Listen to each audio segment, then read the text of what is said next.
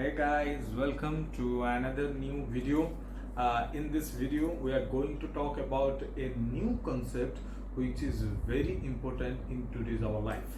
That is known as computers network. In this computer network, we will see how all of those computing devices. The computer network doesn't mean only need to connect several computers. It means to connect different computing devices in all together to connect all of those things to share the resources as well as to communicate with each other. I'll describe it in briefly, but I'll just giving you an info course that we are going to talk about the computers network, and also in this video we are going to talk about how these computers are work together, and we'll put that into a diagram, then we'll call that a network topology. So in this video we are going to talk about the computer network as well as the computer network topology. Computer network can be defined as where two or more computing devices are interconnected to each other to share the resources as well as to share the information. So in other words, these are interconnected number of computers which are connected only to share the resources as well as to communicate with each other. This is being the definition of computer network. I put a diagram of that, how the computer network actually looks alike in our daily life, in our home, when we are connecting laptops, modems, different Wi-Fi, gaming control, TV unit, how these all are interconnected to each other and how it looks alike. I'll show you it in the diagram. So here you can clearly see the definition is that two or more autonomous computing devices connected to one another in order to exchange information or share resource form a computer network. I have given an example where we can connect our smartphone, our laptop with our smart TV, gaming console, a printer simultaneously, and we can connect it either using the guided media, that means using the cable ones, or we can do that using the Wi-Fi, that is wireless fidelity. So there can be two types of communication we can do. One is wireless, the other one is wired. The wired technology is known as the guided media, and the wireless technology is known as the unguided media. You can clearly see I have connected several things to the Ethernet cable, computer, entertainment consoles, printer, broadband modem, computer 1, computer 2. So I have connected several computing devices with the computer and created a single network, in which network I can share different information and I can also share the resources. The perfect example of that is if you go to the localized bank anywhere, you can see there is multiple number of users are there, which are using different computers, but they all have a single printer. So they share that resource printer among all of them. You can have different pros and cons of using the network, that is known as the advantages of network and the disadvantages of network. In the advantages of network, you can share the resource, you can share the software, you can share the storage, you can improve the communications. And in the cons, disadvantage, you can have it is more, the systems are more complex to run, it is been less secured as many of the users are connected to form a single network. So there must be a security issue. The services become unusable if you do not run it properly. And the last one is it is impossible to carry out the work if the central server fails. They all have the peer-to-peer network services. That means the client to server. There is one server and all of them are connected. They are known as client. So if they are not managed properly, then we are unable to take any of those information from that if the server fails. We are going to discuss about the network topologies. So network topology is something which is actually a diagrammatic representation of how the computers are arranged in a manner to form a network.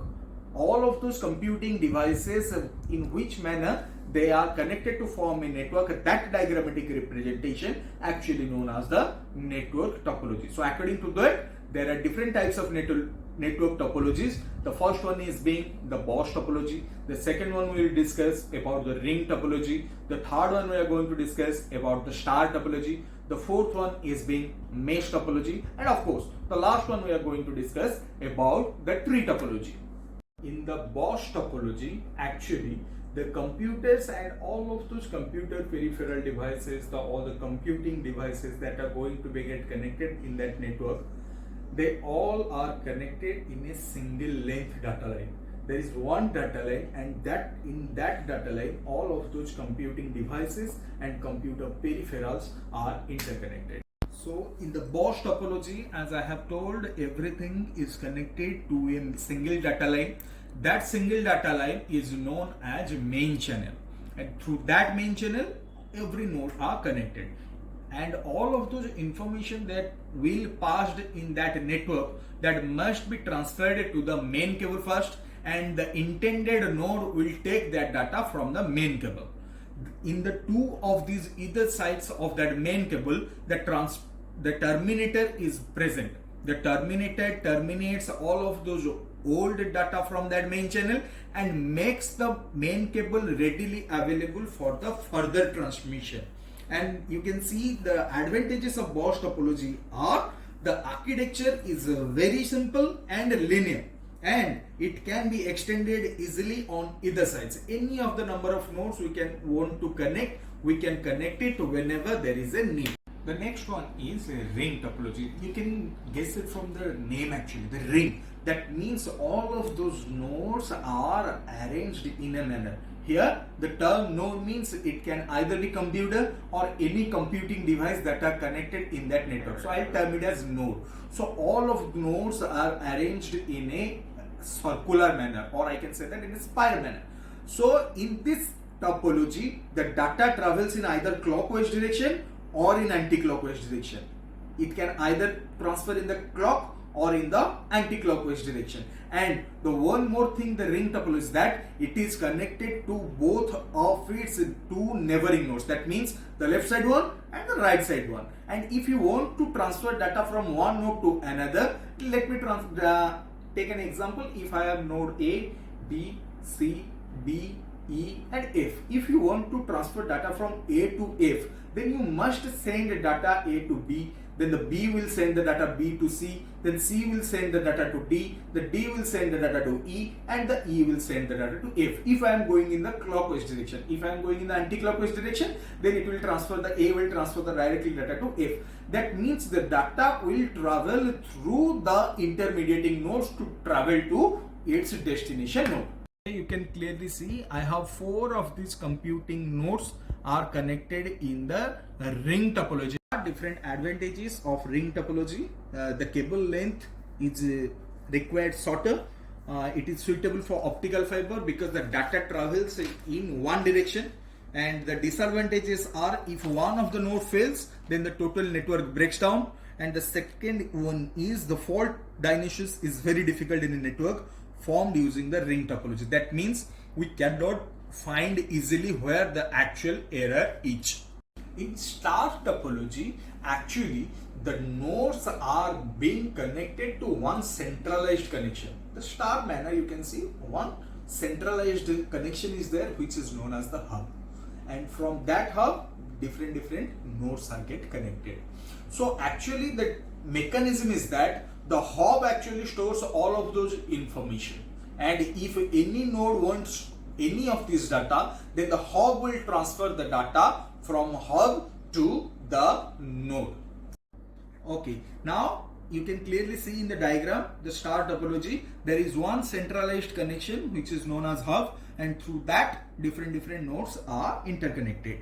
So the advantages of star topology is the installation is very simple, and all of the nodes are directly connected to the central server, which is known as the hub. And the second one is if any of the node actually fails in the network, then other node will remain intact. It will not hamper the total network.